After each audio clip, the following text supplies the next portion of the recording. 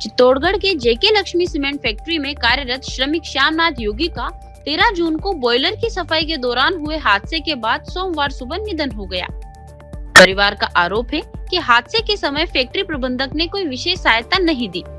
परिवार की न्याय की मांग को लेकर भाजपा आपदा राहत विभाग के प्रदेश संयोजक डॉक्टर जिनेंद्र शास्त्री और अन्य भाजपा नेता फैक्ट्री गेट पर धरने पर बैठे।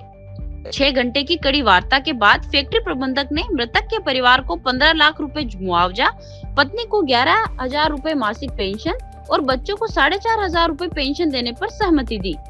डॉक्टर शास्त्री ने मुख्यमंत्री की चिरंजीवी योजना के तहत 5 लाख रुपए अतिरिक्त मुआवजा दिलवाने का भी आश्वासन दिया। मौके पर भारी पुलिस बल तैनात रहा और गिरवा तहसीलदार भी उपस्थित थे। परिवार और समाज जन ने न्याय मिलने पर राहत की सांस ली। नमस्कार, मैं मयूर अलवेला और आप देख रहे हैं अलवेला राजस्थान। शनिवार की रात जो है वो एक परिवार के ऊपर ऐसी आफत बनकर टूटी कि श्यामनाथ का पूरा परिवार गमगीन हो गया, क्योंकि श्यामनाथ जो है कि जेके लक्ष्मी सीमेंट जो कि पानेरियों की मादड़ी में स्थित है, वहां पर कार्यरत एक कर्मचारी थे। मशीन के ऊपर वे चढ़े हुए थे और उसी दौरान मशीन चलने से, गलती से मशीन चलने से श्यामनाथ जी की मृत्यु हो जाती है। उसके बाद तमाम ग्रामीण और उनके समाजजन, परिवारजन काफी आक्रोशित होते हैं। फैक्ट्री के बाहर प्रदर्शन भी वे करते हैं, टायर तक जलाए जाते हैं, फैक्ट्री बंद तक की जाती है।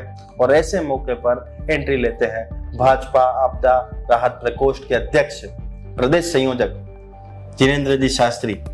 सबसे पहले चैनल पे बहुत बहुत स्वागत है आपका। शास्त्री जी, जब भी आपदा आती है राहत पहुंचाने का काम आपकी तरफ से किया जाता है, और इस बार भी इसी कड़ी में जो शनिवार का मंजर इस शहर ने देखा, जिस तरह से पूर्ववर्तियों की मादड़ी में जेके लक्ष्मी सीमेंट प्लांट पर एक जगदीश नाथ जी की आकस्मिक मृत्यु हो जाती है, उसके बाद सोमवार को जब आप वहां पहुंचते हैं 15 लाख का मुआवजा भी दिलाते हैं और 18 लाख मासिक पेंशन तक दिलाने की उनको बात करवा कर आते हैं। सबसे पहले तो ये बताइए कि ये पूरा जो जानकारी थी ये आप तक कैसे पहुंची? सबसे पहले बात मयूर जी, आपको दालबिला शो को बहुत बहुत धन्यवाद और आभार। देखिए, जब मैं दिल्ली था अभी 26 तारीख को, तो मेरे पास में लादू नाथ करके एक व्यक्ति का फोन आता है जो मुझे बहुत परेशान होकर कहता है भाई साहब आप से मुझे मिलना है। जब मैं उसको बताता कि मैं यहाँ नहीं हूँ, मैं ट्रेन में था, उदयपुर आ रहा था, उसने कहा भाई साहब मैं आपके घर पे आना चाहता हूँ, बहुत उसकी जो रुंदन था वो मुझे लग रहा था कि बहुत परेशान है। मैंने कहा आप मेरे घर आ जाओ। वो मेरे घर आ गए और घर आके मुझे जब उन्होंने पूरा वाक्या बताया कि 13 जून को श्यामनाथ नामक एक व्यक्ति जिसके बहुत कम उम्र के बच्चे हैं, एक तो 17 वर्ष का और एक 9 वर्ष की बच्ची, वो रोलर में चढ़ा था, जो सीमेंट फैक्ट्री होती है उसका एक रोलर होता है, उस पर चढ़ा था और नीचे से किसी ने स्विच चालू कर दिया और उसकी बहुत दर्दनाक दुर्घटना उसके साथ घटी। उसको उसी के चिरंजीवी से जेके लक्ष्मी सीमेंट वालों ने उसको गीतांजलि में एडमिट करा, फिर उसको जीबीएच में एडमिट करा। जैसा कि आपने पूछा कि मुझे कैसे पता पड़ा, देखिए हम राजनीति में काम करने वाले कार्यकर्ता हैं और सेवा ही हमारा मुख्य ध्येय होता है, तो कहीं ना कहीं से उनको ये सूचना मिल जाती है कि भाई कौन इस पर काम करने के लिए हमेशा तत्पर रहता है। तो निश्चित ही अगर मुझे पार्टी ने इसका जिम्मा दिया है तो उसके लिए हम सदैव तैयार है और माननीय प्रदेश अध्यक्ष जी के भी संज्ञान तक हमने इस विषय को पहुंचाया है। तो निश्चित लगता है कि एक परिवार को न्याय मिला है और मैं इससे बहुत प्रसन्न हूं कि हमारे उदयपुर शहर के जनप्रतिनिधियों के कारण उस परिवार को न्याय मिला। आपको मैं बताना चाहता हूं कि इतना परेशान उस परिवार को जेके लक्ष्मी सीमेंट की टीम ने कर दिया, वहां के कर्मचारियों ने कर दिया, वह जीते जी उसके साथ समझौता करना चाह रहे थे। मैं कहता हूं कि आपको उसकी जान की परवाह नहीं थी, कंपनी की इज्जत की परवाह थी, जो मुझे लगता है कहीं ना कहीं ये मानवीय पहलू नहीं है। सीधे तौर पर जो गलती किसी व्यक्ति, बॉयलर जब अंदर कोई आदमी है उसमें मशीन में कोई काम कर रहा है, ऐसे में अगर चालू किया है, मशीन को चालू करा है, तो कहीं ना कहीं फॉल्ट तो कंपनियों कर्मचारियों का है ही है। ऐसे में मुआवजा भी आपने दिलाया और सोमवार को ही आप वहाँ गए थे और सोमवार के दिन शाम तक आपने तमाम अधिकारियों के सामने कई फोटो वीडियोस भी देखे जिसमें आप फोन लगाते हुए दिख रहे थे, बात भी कर रहे थे, तमाम लोगों से आपने बात भी करी और यथाशीघ्र इसका निर्णय आपने निकलवा दिया। देखिए मयूर जी, मैं आपको कहना चाहता हूँ कि ये बहुत बड़ी लापरवाही है। जी। प्रतापनगर थाने के एसएचओ साहब से जब मेरी बात हुई थी राजेंद्र जी से, तो उन्होंने मेरे को जो बताया कि निश्चित ही ब्रॉयलर में आदमी उतर गया है तो इतना ध्यान रखना चाहिए किसी ने स्विच कैसे चालू कर दिया। वो सफाई करने उतरा था तो कहीं ना कहीं टीम को इसकी जानकारी होनी चाहिए थी। मैं आपके माध्यम से कहना चाहता हूँ उदयपुर की सभी इस प्रकार की एजेंसियों से जो इस प्रकार का सीमेंट का काम करते हैं, कम से कम आप अपने व्यापार से अधिक किसी के जीवन की चिंता करें। ये व्यापार होना चाहिए। हम चाहते हैं कि मेवाड़ में व्यापार बढ़े, लेकिन मौत की कीमत पर नहीं बढ़े।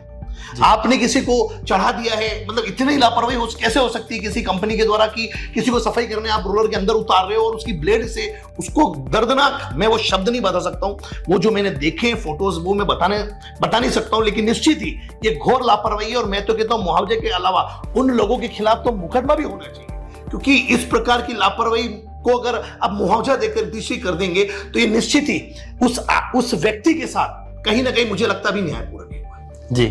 उसको प्रशासन के द्वारा भी उसके ऊपर मुकदमा हुआ है तो निश्चित ही कहीं ना कहीं कार्रवाई होनी चाहिए। और इससे क्या होगा कि मुआवजा देकर हर आदमी कहेगा कि भाई हमने मुआवजा दे दिया। अरे मुआवजा आपने दे दिया, उस व्यक्ति जो चला गया वो वापस नहीं ला पाए, और वो नहीं आ पाए। किसी व्यक्ति का चिराग बुझ गया, वो धापू बाई उस महिला से, मैं मृतक की उस पत्नी से मिला, मैंने जब उसकी व्यथा सुनी है तो अंदर से रूह कांप उठी। कोई व्यक्ति ऐसे कैसे कर सकता है, कोई मैनेजमेंट ऐसे कैसे कर सकता है कि उसको 1.5 लाख रुपए से बोली कर रहा है, हम 1.5 लाख देंगे, हम 2 लाख देंगे। क्या मजाक है, ये मेवाड़ है भाई। आप बाहर से व्यापार करने आ रहे हैं, हम आपका स्वागत करते हैं, लेकिन मौत की कीमत पर अगर आप किसी के साथ भी व्यवहार करेंगे तब तक हम नहीं होने देंगे। और ये भारतीय जनता पार्टी की भजनलाल मित्र सरकार है। निश्चित ही यह हर परिवार को, हर गरीब को, हर मजदूर को और हर किसान को न्याय मिले, इसके लिए हम सरकार में आए। हम अन्याय का साथ देने के लिए भाई जो नेता होता है उसका काम ही तो यही है कि सरकार और इन तमाम प्रशासनिक अधिकारियों और जनता के बीच में एक सेतु बनकर वो काम करे। हर समय हम देखते हैं कि मुआवजे को लेकर लोग डटे रहते हैं, 3-3 दिन तक शव की अंत्येष्टि नहीं हो पाती है। ऐसे में आपने ऐसा क्या फॉर्मूला इजाद किया कि लोगों को तुरंत न्याय भी मिला? सोमवार के दिन आप वहां गए, आप और करनी सेना के भी कुछ साथी वहां पर मौजूद थे, आप लोग वहां गए, तुरंत आप लोगों ने वहां न्याय दिलाया। देखिए ये 27 सितंबर की बात है। 27 सितंबर को सायकाल श्याम जी की डेथ हो जाती है। जब उनकी डेथ होती है तो यह परिवार, जब कंपनी ने इस बात को करता है तो कंपनी उसको कह देती भाई हमने तो इलाज करा दिया। जबकि मैं कहना चाहता हूं कि इलाज जो भी वो चिरंजीवी योजना से हुआ है। कंपनी ने केयर टेकर लगाया, बस उसका ही खर्चा वहन किया। मैं आपको बता दूं, मैंने कई मुआवजे दिलाए कांग्रेस सरकार में भी और बीजेपी सरकार में भी। मेरा ये पहली बार एक्सपीरियंस रहा जो कंपनी ऐसे मोल भाव कर रही थी जैसे कोई बनिए की दुकान हो, कोई किराना की दुकान हो, वैसा मोल भाव कर रही थी। हमको सख्ती से कहना पड़ा, इसकी कीमत पर हमको जेल भी जाना पड़ेगा, हम जाएंगे, लेकिन मजदूर को न्याय मिलेगा और किसी भी कीमत पर न्याय मिलेगा। इसकी पूरी जानकारी गौतम जी दत्त जो हमारे राजस्थान सरकार में सहकारिता मंत्री, मैंने उनको भी दी, क्योंकि इसका परिवार बड़ी सादरी का निवासन था और वो उदयपुर आके अपना काम कर रहा था। पत्नी सामने वाली एजेंसी में काम कर रही थी। आप देखिए मयूर जी की पूरी घटना इस प्रकार की वृतांत है कि हमको मुआवजे के लिए चर्चा करनी पड़ी, संघर्ष करना पड़ रहा है। ये बात बिल्कुल ठीक है, हम बात सोच के गए थे, मुआवजा तो हम सूर्यास्त के पहले दिला देंगे। मैंने उच्चाधिकारी पुलिस प्रशासन से भी बात की थी और एडिशनल एसपी साहब को भी, मैंने ओझा साहब को भी कहा था। मैंने कहा सर मुआवजा तो आज ही हमको दिलाना है और आज ही हम दिलाएंगे। लेकिन जिस प्रकार से कंपनी 1.5 लाख, 2 लाख, 2.5 लाख, जब पूरा दबाव बना, 2 बजे उन्होंने कहा हम 3 लाख देंगे, 2:30 बजे कहते हैं वो हम 5 लाख देंगे। वो यहां तक कहने की हफ्ता वसूलिए, हफ्ता वसूलिए, किसी को न्याय दिलाना हफ्ता वसूलिए। उनके उच्चाधिकारी सुजीत जी झा, मेरी उनसे व्यक्तिगत फोन पे बात हुई। 28 तारीख को मैं ट्रेन में जब उनसे बात कर रहा था तो उन्होंने मुझे इतनी गलत जानकारी दी कि परिवार ने ब्लड नहीं दिया। अरे परिवार ने 7-7, 8-8 यूनिट ब्लड दिया है। कोई गरीब व्यक्ति के लिए कम से कम मिथ्या बात तो मत फैलाओ।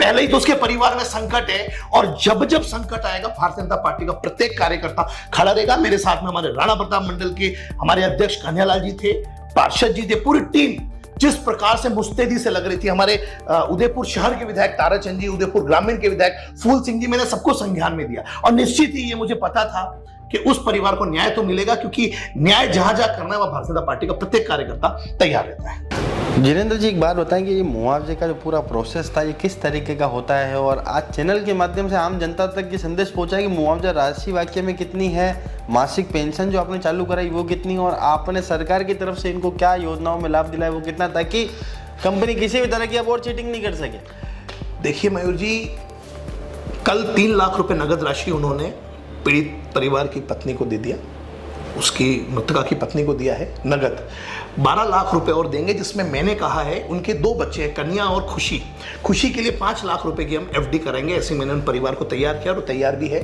15 लाख रुपए तो मिले हैं नगद राशि, 11,000 रुपए मासिक पेंशन मिलेगी धापूबाई को जो उसकी पत्नी है, और खुशी और कन्हैया को 4,500 मासिक पेंशन जब तक वो 25 वर्ष के नहीं हो जाएंगे तब तक मिलेगी। यही नहीं, माननीय मुख्यमंत्री भजन लाल जी की तरफ से जो चिरंजीवी योजना है उसमें भी 5 लाख रुपए हम सरकार से दिलाएंगे, ऐसा हमने आश्वासन दिया और पूर्णतया इनको दिलाएंगे ही। इसके लिए हमने उच्च अधिकारियों से भी बात की है। यह करके हम कोई एहसान नहीं कर रहे, ये जनता के द्वारा जो सरकार का या जनप्रतिनिधियों का कटिबद्धता है उसको हम पूर्ण करने के लिए हमेशा तत्पर हैं और कटिबद्ध हैं। तो ये मतलब ये जो घोषणाएं हुई हैं, आप इस प्रकोष्ठ के अध्यक्ष भी, प्रदेश संयोजक भी हैं, आप बताएं कि ये शायद मैं भी इतने समय से पत्रकारिता कर रहा हूँ, मैंने भी पहली बार सुना कि भाई इतनी घोषणाएं किसी परिवार के लिए हुई है और त्वरित आपने कार्रवाई भी कराई। देखिए, कभी कभी इनको जिस भाषा में समझाना पड़ता है वो भाषा का अभाव कंपनी के साथ रहता है और उस भाषा का उपयोग कल हमने किया जी, क्योंकि ये उसको समझा सकते हैं जिसको नॉलेज नहीं होती है। हम तो मैंने कई बार मुआवजे दिलाए, हमने तो पशुओं तक को मुआवजे दिलवा दिए। ये तो इंसान था, वो जिस प्रकार से इसमें बार्गेनिंग कर रहे थे ना, वो हमने तय कर लिया था। एक कहते हैं कि ऐसी राशि जो उस परिवार का, अब श्याम जी तो हमारे बीच में नहीं है, लेकिन वो कहीं भी देख रहे होंगे तो निश्चित ही वो भारतीय जनता पार्टी के लिए बहुत शुभकामना दे रहे होंगे, क्योंकि 15 लाख की राशि एक गरीब परिवार को मिलना, जहां दाह संस्कार के भी पैसे नहीं थे।